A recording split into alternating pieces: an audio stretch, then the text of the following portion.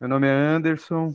É um prazer enorme, né, receber esse convite, primeiramente, e poder contribuir com essa tarefa tão bonita, né, de levar a mensagem de Jesus, abrir esse canal aqui. A gente tem a oportunidade com a tecnologia hoje, pessoas fisicamente afastadas, a gente se reunir por esse bem maior. Então, parabéns pela iniciativa e, mais uma vez, obrigado pelo convite. Eu sou aqui de Mauá, né, da Casa Apóstolo Pedro, mais um trabalhador da Aliança Espírita Evangélica, onde a gente é chamado, com muito prazer, a gente procura dar o melhor.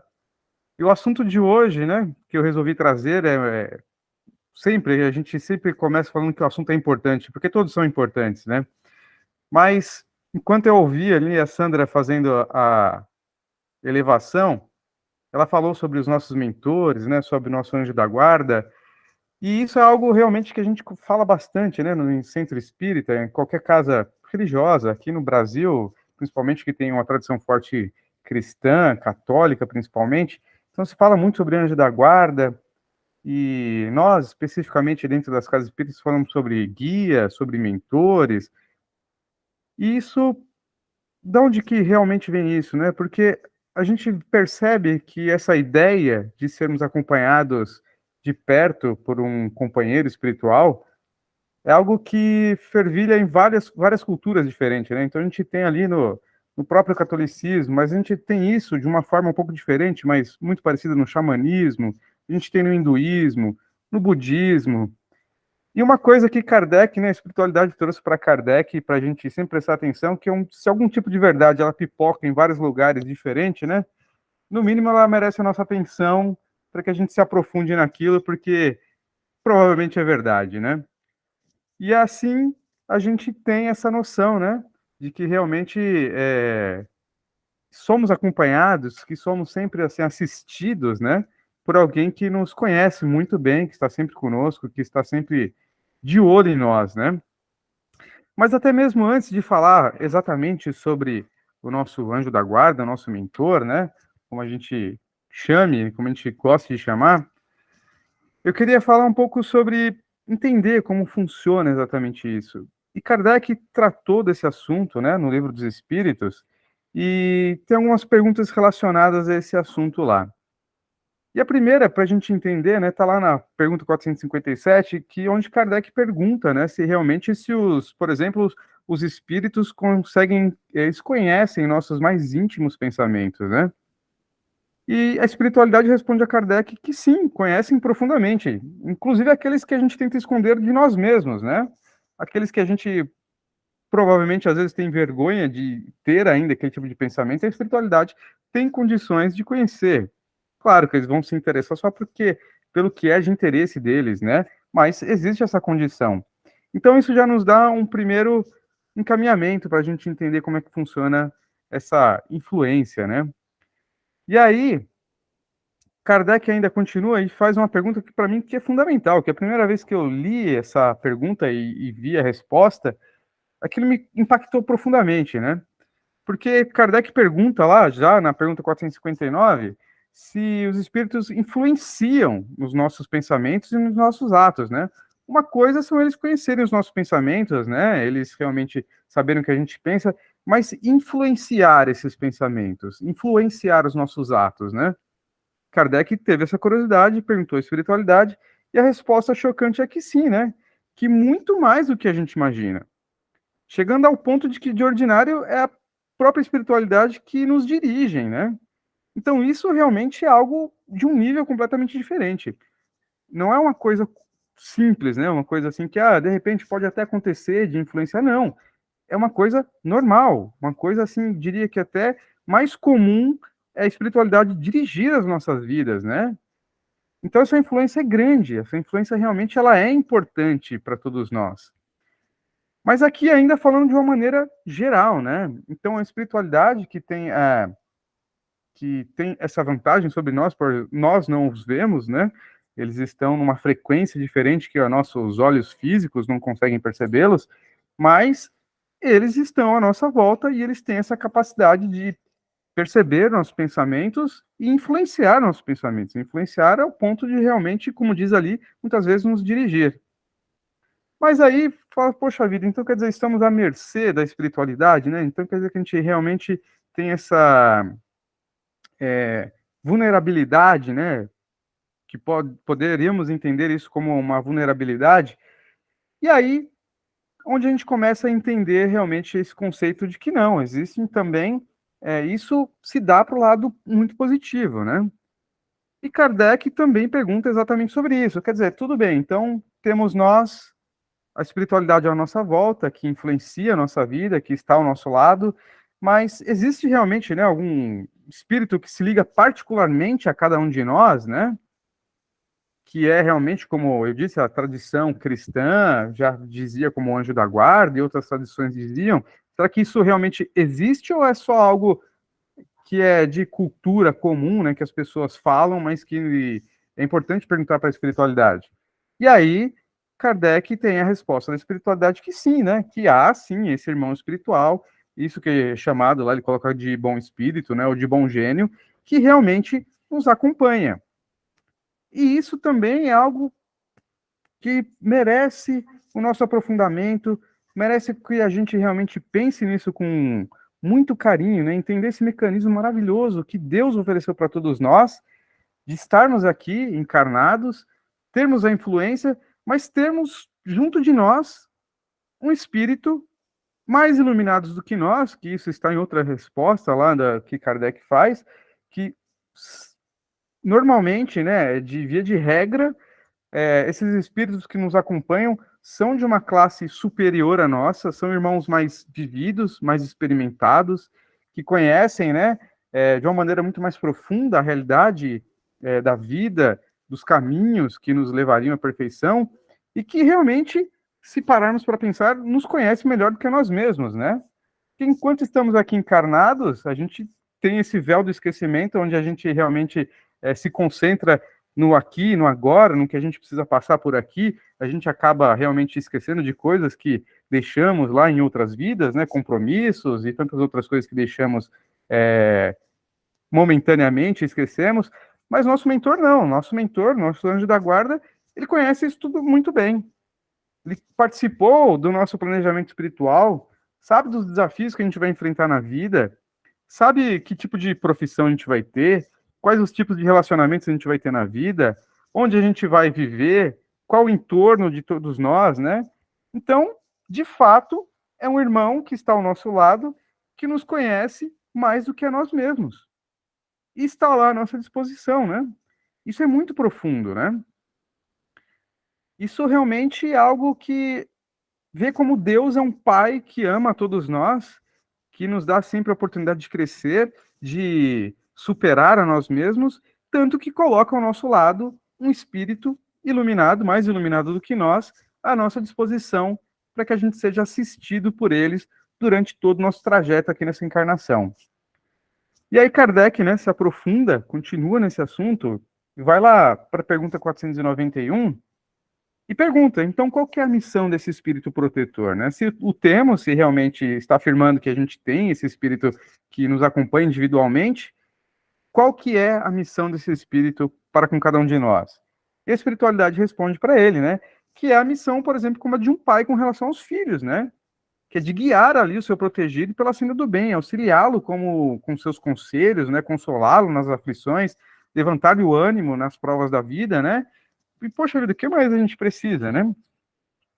Se realmente sabemos nós que encarnar, estar aqui, ter essa oportunidade de estar aqui mais uma vez, revendo coisas que deixamos no passado e crescendo, e invariavelmente nós encontramos, ainda pelo nível que estamos de evolução, de planeta que a gente está, a gente vai encontrar desafios, problemas, né? A gente vai muitas vezes a gente vai se deparar com coisas amargas na nossa vida, dificuldades realmente, né?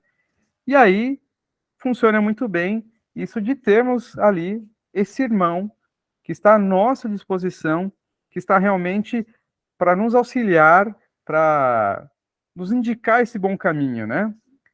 Como um bom conhecedor, aquele que conhece a nossa trajetória, onde devemos chegar, quais são os desafios que a gente precisa percorrer, ele sabe exatamente como nos indicar que caminho percorrer, né?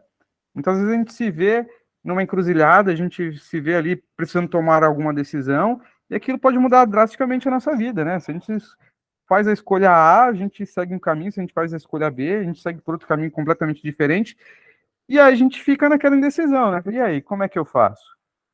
E se a gente pensar nesse mecanismo que Deus, por Pai de amor, Pai que nos ama tanto, nos deu a oportunidade de ter alguém que conhece exatamente o nosso caso, conhece exatamente qual seria o melhor caminho para nós, onde a gente vai aprender mais, onde a gente vai chegar com mais facilidade, né, ao nosso destino final nessa encarnação. Então a gente tem tudo isso à nossa disposição. Por isso que tanto a gente fala sobre os nossos mentores, sobre os nossos anjos da guarda, né? Mas aí é claro que, né, que a gente pensa, poxa vida, então abrangendo esse pensamento, né, pensando em todo tipo de experiência humana, a gente conhece pessoas maravilhosas que ali parece que realmente ouvem, né, que seguem os conselhos ali do seu mentor, do seu anjo da guarda, mas a gente vê também aquelas pessoas que enveredam por caminhos assim que é difícil a gente entender como é que existe um mentor ali auxiliando aquela pessoa. Porque exatamente nada substitui o nosso livre-arbítrio, né? Por mais que sejamos assessorados, tenhamos essas inspirações, a gente de alguma maneira intua os caminhos para seguir, a gente pode muito bem bater o pé, fazer realmente como fazer com que o nosso orgulho fale mais alto e a gente não segue nada disso, né? E aí, aquele mentor como é que fica? Ele fica então o tempo todo ali, nos vendo errar, vendo que a gente não segue os seus conselhos, não segue aquilo que ele gostaria que a gente seguisse, né? E então, existe também o caso de que aqueles mentores, simplesmente por enxergar a nossa rebeldia, enxergar ali a nossa realmente falta de vontade em seguir, né, um bom caminho, de seguir um bom conselho, eles simplesmente nos deixam que nós nos guiemos por nós mesmos, né, pela nossa conta e risco.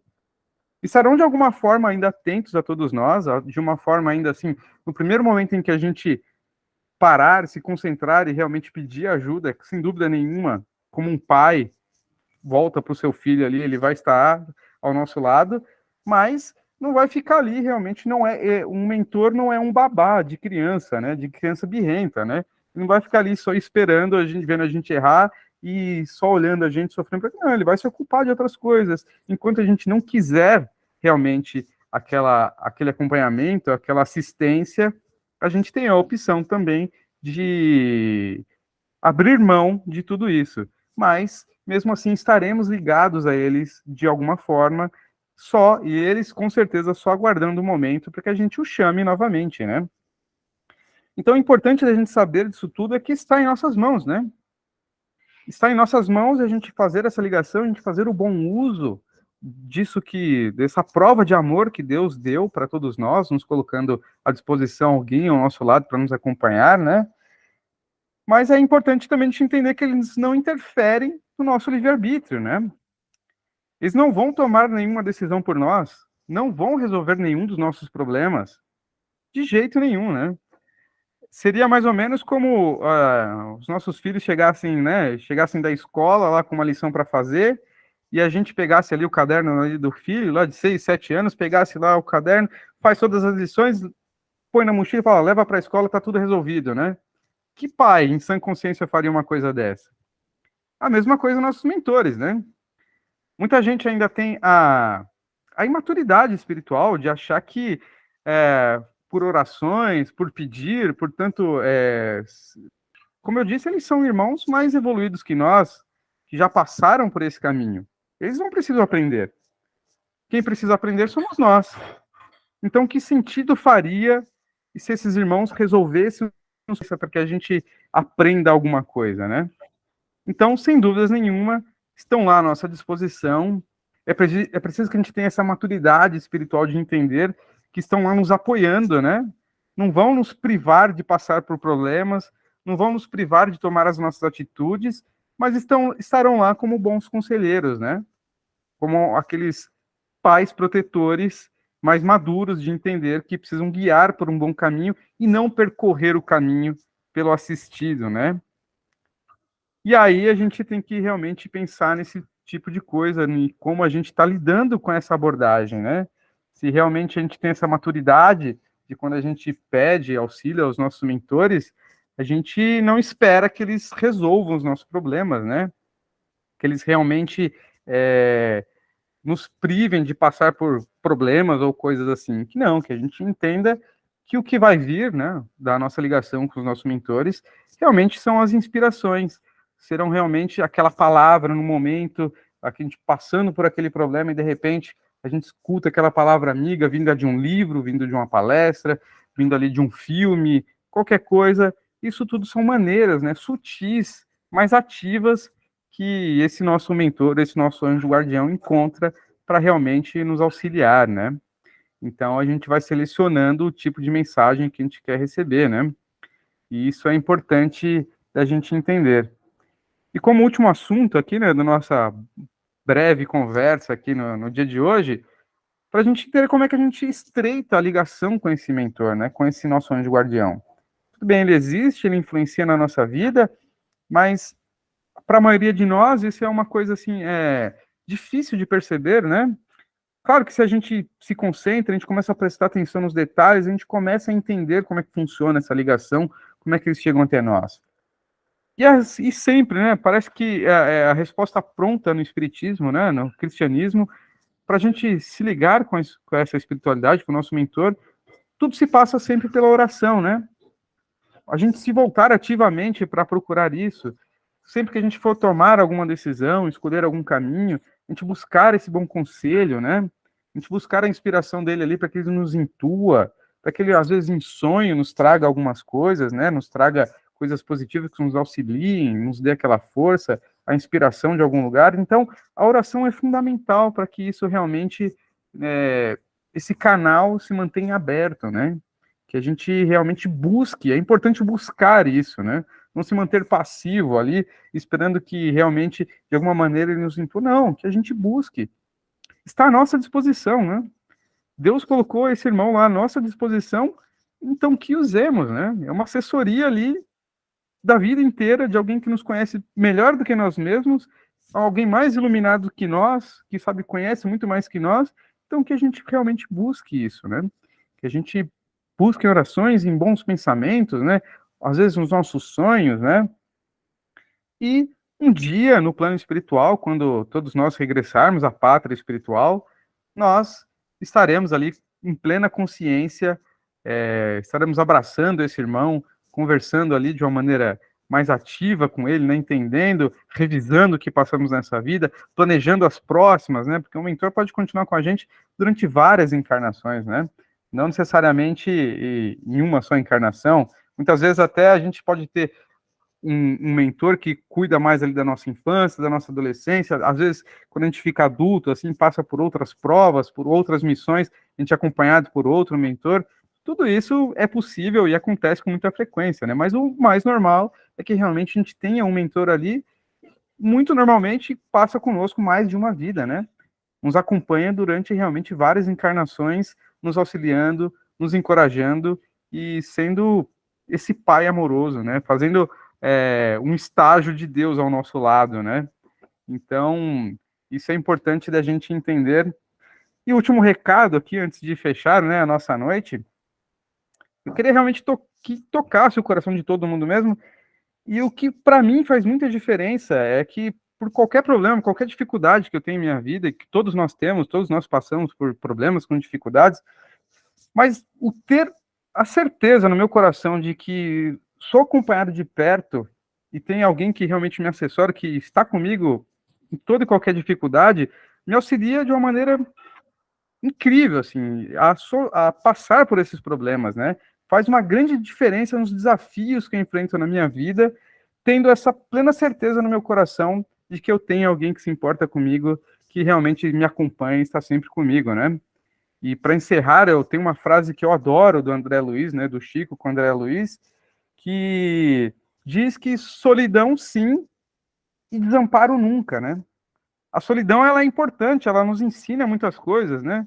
A gente vê lá, por exemplo, Paulo de Tarso passou quantos anos solitário lá no deserto para aprender, começar a ser um cristão. Então, quantas vezes assim a solidão vem à nossa vida para que a gente aprenda, para que a gente sintetize um monte de coisa na nossa vida. Então, ela existe. Mas o desamparo não existe, né? O desamparo é a ilusão da nossa cabeça, né? Realmente, a gente se fechar, às vezes, no nosso egoísmo, a gente acha que a gente está desamparado. Mas não, isso não existe, né?